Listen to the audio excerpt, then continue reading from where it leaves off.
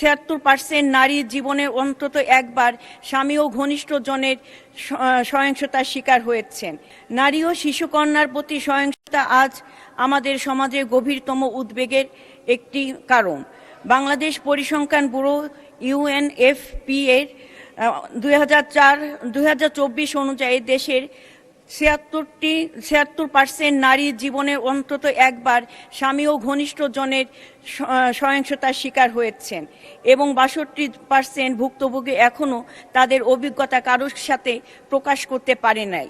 এই নীরবতা শুধু ভয় বা লজ্জার বিষয় নয়, এই অসহায় ব্যবস্থার প্রতি অনাস্থা, আস্থা, নিরাপত্তা এবং সহজলভ্যতার প্রশ্নও সামনে আসে। একজন নারী হিসেবে, একজন মা হিসেবে আমি প্রশ্ন করতেই চাই, একজন নারী যদি ঘরে নিরাপদ না হন, একজন কন্যা সন্তান যদি পরিচিত পরিবেশে নিরাপদ না থাকে, তবে আমরা তাদের স্বাধীনভাবে বাঁচার কোন সাহস দেব? পরিবেশের নির্যাতনের পর একজন ভুক্তভোগীকে তার শুধু মামলার দাবি এবং প্রমাণ অংশ হিসেবে দেখাতে পারি না। তিনি একজন মানুষ। তিনি শিশু বিষয়ক মন্ত্রণালয়ের অধীনে ওয়ান স্টপ ক্রাইসিস সেন্টার এবং ওয়ান স্টপ ক্রাইসিস সেল ব্যবস্থার উদ্দেশ্য হল নির্যাতনের শিকার নারী ও শিশুদের এক স্থানে থেকে চিকিৎসা, ফরেনসিক সহায়তা, পুলিশি এবং আইনি সহায়তা, মনোসামাজিক পরামর্শ, আশ্রয়, রেফারেল এবং পুনর্বাসনের সহায়তার সঙ্গে যুক্ত করা। এখন জনস্বার্থে জরুরি হলো এই কেন্দ্র ও সেলগুলো কতটি জেলায় কার্যকরভাবে সেবা দিচ্ছে। শেষ প্রতিবেদনে বছরে কতজন ভুক্তভোগী কোন কোন সেবা পেয়েছেন, কতটি কেন্দ্রে প্রশিক্ষিত জনবল এবং রেফারেলের ব্যবস্থা রয়েছে এবং সেবার মান কিভাবে পর্যবেক্ষণ করা হচ্ছে, এই বিষয়ে হালনাগাদ জেলাভিত্তিক তথ্য প্রকাশ করা। অতএব দেশে one stop crisis centre, one stop crisis cell এর বর্তমান কার্যকারিতা, জেলাভিত্তিক হালনাগাদ তথ্য, সেবাভিত্তিক পরিসংখ্যান এবং ভুক্তভোগী বান্ধব সমন্বয়ে সেবা শক্তিশালী করতে মন্ত্রণালয় কি পদক্ষেপ গ্রহণ করতে যাচ্ছেন সে বিষয়ে মাননীয় মন্ত্রী মহোদয়ের বিবৃতি প্রার্থনা করছি। ধন্যবাদ মাননীয় স্পিকার। আবু জাফর মোহাম্মদ জাহিদ হোসেনকে এ বিষয়ে তার সংক্ষিপ্ত বিবৃতি প্রদানের জন্য আহ্বান জানাচ্ছি। ধন্যবাদ মাননীয় স্পিকার, এবং সেই সাথে আপনার মাধ্যমে প্রশ্নকারীকে, মাননীয় সংসদ সদস্যকে ধন্যবাদ জানাচ্ছি।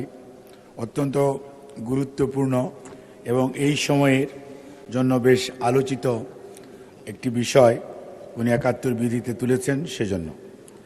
ওয়ান স্টপ ক্রাইসিস সেন্টার, মাননীয় স্পিকার, এইটি দেশনেত্রী বেগম খালেদা জিয়া যখন প্রধানমন্ত্রী ছিলেন সেই সময়ে, যেমন খুরশিদ জাহান হক উনি শিশু এবং মহিলা বিষয়ক মন্ত্রণালয়ের দায়িত্বে নিয়োজিত ছিলেন, ওই সময় বাংলাদেশ জাতীয়তাবাদী দলের নেতৃত্বে যে সরকার, তারা এটি সর্বপ্রথম প্রচলন করেছিল। কাজেই এর ধারাবাহিকতায় ওয়ান স্টপ ক্রাইসিস সেন্টারগুলি তখন সর্বপ্রথম ৮টি পুরনো মেডিকেল কলেজে স্টার্ট হয়েছিল। পরবর্তীতে এটি ৮, ৬, ১৪ অর্থাৎ আরও ৬টি যে নতুন মেডিকেল কলেজ, সেখানে এটি চালু হয়েছিল এবং ১৪টি সেন্টারে এটি একটি সমন্বিত ওয়ান স্টপ ক্রাইসিস সেন্টার।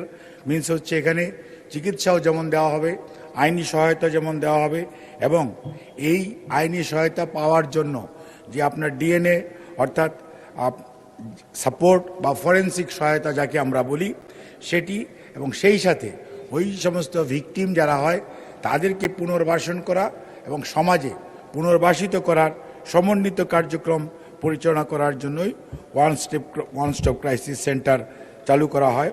এবং এইটি এখন পর্যন্ত ওই 14টি ওসিসি বর্তমানে রয়েছে, পরবর্তীতে শুধুমাত্র একটি যোগ হয়েছে, এখন 15টি ওসিসি।